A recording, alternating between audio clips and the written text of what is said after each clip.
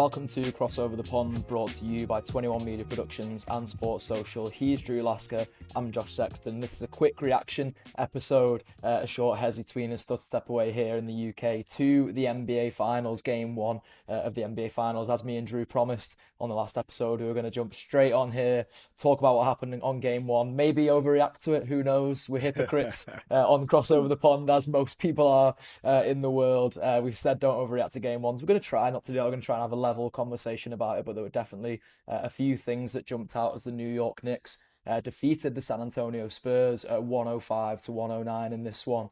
I don't know where's best to start really with this, Drew. I guess just your sort of overall reaction to what you feel like you saw in the game. Yeah, I guess we'll start with the initial thoughts because I watched this live, stayed up. I'm operating on 2 hours of sleep, went to bed at 5, school run at 8 o'clock. So yeah, it was well worth it. Like, this is why I wanted these two teams to match up, because I always knew that it was two teams that wouldn't be able to really blow each other out. And it was, I actually tweeted this, it was ethical basketball at the highest level. Very little free throws in the first half, like a lot of game flow, very physical. There was no flopping whatsoever, like guys just playing through the physicality. And ultimately, the Knicks pulled away very, very late. Spurs was up 14 in the third quarter. And the turning point, as we've seen all playoffs long, is when Wemby goes to the bench, the game changes, like immediately. And that gave New York a simmer of hope. And, when I reflect on this game in the moment, I was thinking to myself, uh-oh. Like, it almost felt like Cleveland, not as bad because it wasn't as drastic, but it felt like one of those games where if you're San Antonio, you're left demoralized because New York didn't play well at all. Like, they didn't shoot the ball well. The defense was solid. But, up and down, you look at the box scores, no one shot well. And it's similar to that Game 1 Cleveland. And then here comes Bronson in the fourth quarter to come save the day. And I walked away thinking, well, New York isn't going to shoot like that again. They're going to be stronger. And so I'm a little bit worried about San Antonio, if I'm honest. Yeah, I mean, I called it in our predictions, Drew. I said I think this goes to New York in 6. That was at least what my heart was telling me, even if my head was telling me that the two best teams in the NBA had played in the Western Conference Finals. Part of the reason I felt like that was because that was a bruiser of a series. You saw it in the emotions of Victor Wembanyama after that Game 7 against the OKC Thunder. That to San Antonio Spurs was them kind of climbing the mountain, making it to the summit, and I kind of worried this would be the point where inexperience showed. And like, I have to be fair to San Antonio, that didn't seem like the way it was going to be at first. They jumped out to a big lead. The biggest lead of the game was 14 points, but there were 10 lead changes in this one. That was kind of how it felt. It really felt like it was a game of runs where one team tried to, land a knockout punch, and the next team came back off the mat and tried to land their knockout punch, and no one quite got it done until New York took their biggest lead of the game, which was a 10-point lead, and that was ultimately the lead they saw the game out with. And there was two really worrying moments for me in this game, Drew. One was where Julian Champagny fell on Jalen Brunson's leg, and I kind of thought that definitely disrupted the momentum of the game for New York in favor of San Antonio at that point in the game. And then there was Victor Wembanyama as well. I can't even remember how he got his injury, thinking back now, but you can't you couldn't tell in the moment. He just come off limping after I think it was the third or somewhere in the third, or maybe the second. I can't remember exactly, but yeah. I think you're probably right on the third, because I do definitely remember the Spurs getting to half time and it being pretty comfortable at that stage, really, from their point of view. Wemby then comes off.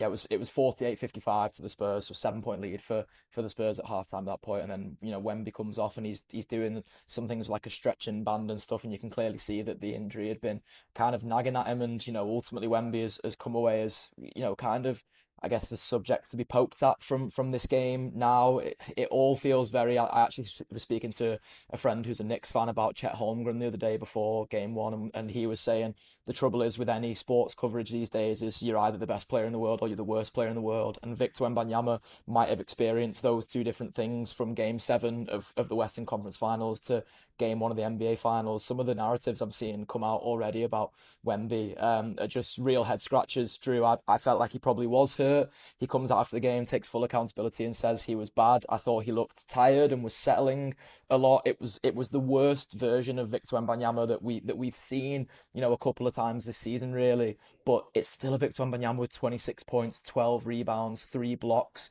Still one who I do think it was maybe a little bit overblown on the broadcast. I have to be, honest in saying that, but who did still change the trajectory of a couple of New York offenses, even though I thought New York did really well just being physical and trying to blow by him and sort of not really worrying about him being there. But that's doing that against a tired Victor Wembanyama. I don't believe you see that Victor Wembanyama in game two. Yeah, luckily for me, I haven't had an opportunity to be on social media or watch any shows or listen to any podcasts. So I come in with my own fresh thoughts from last night. And with Wimby, there's two things that really stood out to me is that I think in late in the fourth, you could see the emotion, the emotional toll, the physical toll really showed its head there late for San Antonio. Um, and then also the lack of experience. It was one team that knew exactly what they wanted to get possession after possession, where with San Antonio they wasn't really sure what they wanted to do, and Wimby starting off at the top of the key with the ball. That one turnover he had when he's trying to make a dribble move, almost lost his feet. That was fatigue, but that's not where you want to operate late. Like I was waiting for him to catch the ball in the mid post with a live dribble so he can, have all option in his arsenal, the pass, the footwork, the shot, the attack. But instead he caught it at the middle third, top of the key where he had to initiate with the dribble with the defense looking him in the eye. I didn't really like that. That showed me the immaturity from the San Antonio Spurs. And yeah, the thing is with Victor, the first two possessions of this game, Brunson comes out, hits a three. I get off my seat. I'm like, damn. Then Wemby comes back. He hits a tough shot. And I'm like, damn. I kind of like, I don't know if you ever seen like that PlayStation meme where that guy like sits up in his seat. That's how it got me like after the first two plays. But I think it was a foreshadowing of the end of the game because Brunson was able to continue to hit those tough shots down the stretch. If you remember the one where he ran out of dribbles and just kind of threw up a rainbow and fell and knocked it down, whereas Wemby, his shots weren't falling late, and that is one thing that Brunson is known for. Like he is a tough bucket maker. Wemby, I wouldn't really label him as that, and so that was the difference. Is that Brunson is more seasoned in his game, knowing how to get to his spots inside the paint, 2 feet, where he can use that little bump, shoulder bump, create space, get his shot off. Whereas Wemby, he tried to do a lot of his work off the dribble, and I think he'll learn from this. Absolutely, I do, and I want to come on to talk about Jalen Brunson a little bit more because he was the hero of this piece. But just sticking with the San Antonio Spurs for just a sort of one more segment longer, Drew, because there was a few I thought low key disappointing performances from the San Antonio Spurs, and I was almost looking at the box score then and went to look at Jalen Brunson's shooting stats from the night, and it wasn't an efficient 30 points for him. But me and my friend Ross, who I was watching it with over here on the Isle of Man, that's why the quality is worse in this episode, by the way, is because me and Drew have kind of rushed to get this one set up for this quick reaction piece. But I was sort of looking at it and thinking like it is an inefficient game, but you have to empty the clip in the NBA Finals. This is the Yeah. point where you don't worry about how efficient you are. And there was a few guys in the Spurs who, you come to look at the box score and maybe they weren't quite efficient. I'm looking at like a Stephon Castle or a Dylan Harper with what he was like from three. But Dylan Harper and Stephon Castle, I thought, brought it in this game. Julian Champagny has an efficient stat line, but brought it in this game. And maybe it was guys like Devin Vassell and De'Aaron Fox, especially. Like I'll give Devin Vassell the benefit of the doubt because again, being a bit of a hypocrite, I know I've said like I don't like it when people start talking about money on this thing, but when I say this, I mean De'Aaron Fox is, for one, the max contract guy, but he's also meant to be the second star behind Victor Wembanyama, so he's meant to be the one who kind of, ensures that he gets to his spots, and he just looks injured to me. He looks like he's playing through something. He looks like he's not got that burst of speed that means he can get to, around the rim and get to the spots where he's maybe more comfortable in. He's settling a lot for just some really bad shots. And I thought this was just a pretty poor shooting game overall for San Antonio. And I don't just mean, again, in terms of efficiency, because I almost want to overlook efficiency in this one, but more just like a bad shot selection game. I thought, as you said, Drew, that immaturity really showed. I kind of wasn't surprised to see as much Harrison Barnes as we did, but I don't feel like he necessarily helped in the way that maybe Mitch Johnson would want him to. And I wonder if actually just leaning a bit into like a Carter Bryant instead, and sort of, telling guys to keep the ball swinging, don't just settle, don't just, throw up some bullshit basically, and that is the way you'll get home. Fox, he obviously has a high ankle sprain from the previous series, but I don't want to use that as an excuse because he's been up and down all playoffs. He has not looked like himself. Maybe he was dealing with something coming into playoffs, but look, everybody's hurt. Everyone's banged up. I started to think last night of the pressure, the weight of the world he must feel because he feels Harper, breathing down his neck.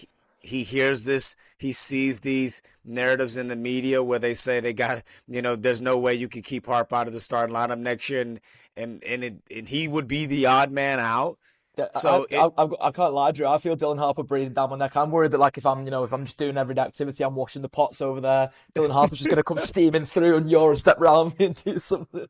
he just his body is much more stout than Fox.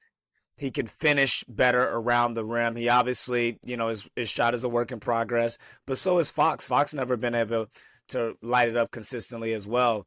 So maybe along with, not being physically, himself, but then also dealing with the pressure of knowing that somebody's coming on your heels. So you can see that unfolding. When you talk about Bryant, Bryant got yanked because Brunson went at him immediately. Mm. Bucket after bucket after bucket, he got subbed out. He also had a short leash with Keldon Johnson as well. You can almost see Keldon Johnson has reached a point to where every time he hears the horn, he's looking over. Is that for me? I've been there before as a player. Like you got a very short leash. He's only played 8 minutes, so he's not allowed to play through mistakes. So he isn't playing with the same swagger he played in the regular season. You know, you would think that San Antonio, one thing they've done is they've answered the bell all playoffs. Every time they were down, they got back up. So, and we've learned this throughout the playoffs. You don't want to panic after game one, but if you're a New York fan, you got to like the position that you're in. Yeah, for sure. Like, these series only go to 7 games, and New York have already got one of them. And, it does definitely, at least in my mind, feed into that prediction I made of New York in 6. I do still expect that San Antonio probably comes out and wins the next two. And then you kind of just see where you go from there, really. But flipping over to New York, who you talked about answering the bell, Drew, and you talked about bringing it. I have to be honest, that rest versus rust thing was really showing up, I think, in both quarters of this, where you kind of see that it is a really high wire balancing act. I don't think it's a definitive thing where does rest help or does rust help, because I thought New York looked rusty in that first half. San Antonio looked like the team who had rhythm, and then in the second half, I just felt like San Antonio's legs kind of went from underneath them, and that was when New York really came into their own. And I want to shout out Jalen Brunson, of course, but Karl Anthony Towns, I thought, actually from minute one, really, Karl Anthony Towns brought that physicality. Didn't look like he was scared of Victor Wembanyama. He was happy to go at him. He was happy to try and blow by him. He was clearly, trying to see some benefit of the fact that he thought Wembanyama's legs were maybe not quite underneath him.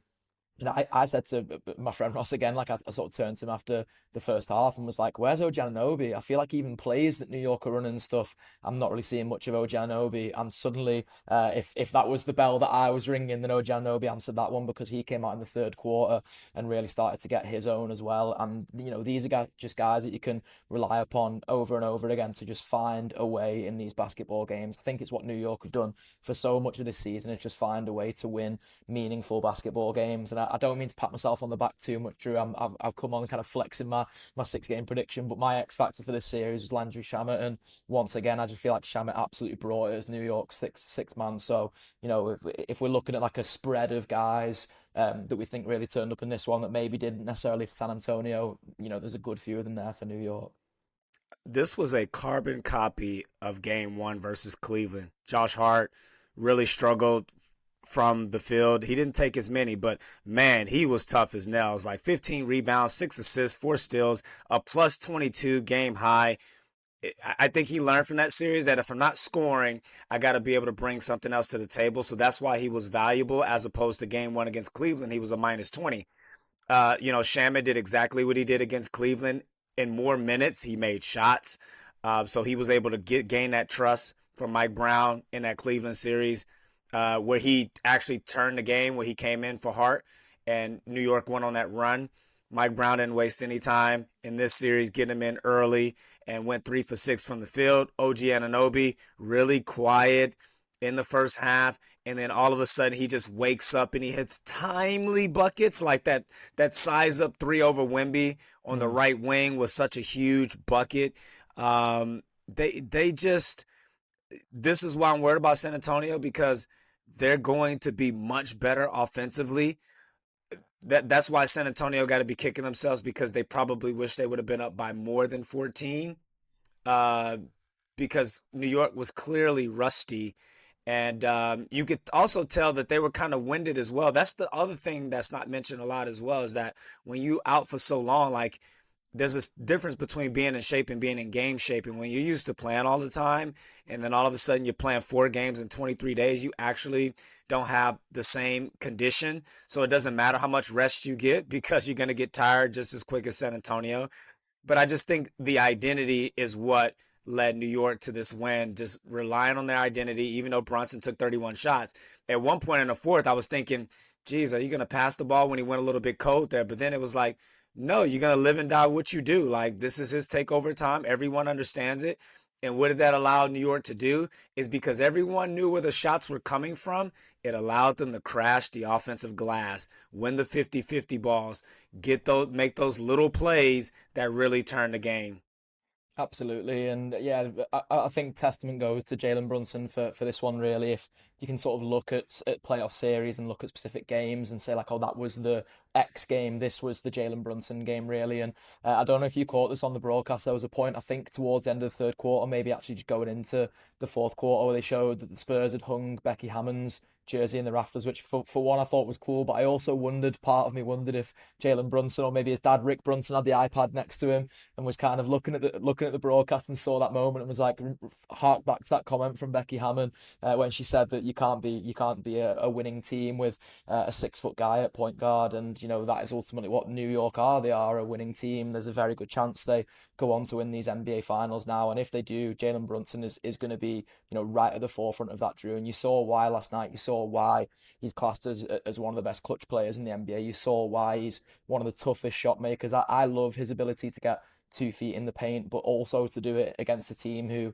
notoriously throughout the season have stopped teams getting to the paint. They've made teams overthink it every turn, not only because of Victor Wembanyama, I don't think, but because of, how crafty those guards are. I've seen so much through that OKC Thunder series as well, where the San Antonio Spurs were in passing lanes and being nasty. There was even a couple in this one, and this is where maybe I do give a bit of respect to Fox, is that it looked like his hands were fast at times. He only has one steal on the box score, but it was probably the one I'm referencing in my mind, where Spurs guys were just in those passing lanes, were being Yeah. were being pests. The minute someone tried to blow by, and yet Jalen Brunson just feels like he has the ball on a string and can get 2 feet in the paint. And as you say, some of those rainbow shots, bad shot selection, whatever you want to call it. I'm sure Paul George, if he was defending that, would maybe say that's a bad shot. He's happy to let his Yeah. his offensive player take, but if you let Jalen Brunson take those shots, I mean, I don't know how you stop him taking those shots. He's going to make them more often than not, because this is a tough bucket getter. And last but not least, you mentioned it, but I didn't, is I love Carl Anthony Towns' intent. Oh He yeah. only took 2 threes. He was really patient in drawing in Wemby, drawing in um, Cornette, to give him space to be able to get downhill, where man, he has a quick first step, like Mm. straight line, like he can get downhill. And that and one play that he got on Carnett that really kind of started that run. I loved his mentality of trying to get to the bucket all evening long on the offensive glass, and not forcing anything, allowing the game to come to him. Yeah, we got a series on our hand. The difference is that it ain't gonna be a sweep. And this isn't Cleveland Cavaliers, so we know that San Antonio isn't going to die as demoralizing it as game one was. They're young and dumb. Like you don't know what you don't know. So they'll be ready to go in game two, and I'm looking forward to seeing Mitch Johnson's adjustments because 14, 16 assists is just not enough. You got to get more ball movement. You got to get more player movement. And so really looking forward to seeing that because it felt like besides Fox, when anyone got the ball, they were kind of looking to score themselves. Wembyamba, Castle, Hart, all of those guys. Anytime anyone got the ball, it was like my turn. So looking forward to seeing the adjustments in game two. Absolutely looking forward to seeing them, and hopefully more of power forward Karl Anthony Towns there as well. That was what that quick first step felt like. It wasn't necessarily the moves of a five, but he was playing at the five against someone who I think is probably the best five in the NBA right now, and was making it look like Kentucky Fried Chicken out there. So shout out to Karl Anthony Towns, shout out to the New York Knicks for stealing this game one. Me and Drew will hopefully be back Saturday. I've got a bit of a busy day Saturday, so me and Drew may have to discuss some admin off air of how we can maybe jump on for that one over the course of the weekend. But enjoy this quick reaction special to this. Drew, do you want to lead us out like the classic way? Yeah, we'll catch you guys on the weekend sometime. Don't know it's the weekend. You got to work with us. Josh is away and I got kids. But we will make it happen. We'll see you guys at the game too. Again, as usual, go on to socials, give us your thoughts, like and subscribe the podcast. Enjoy game two, guys.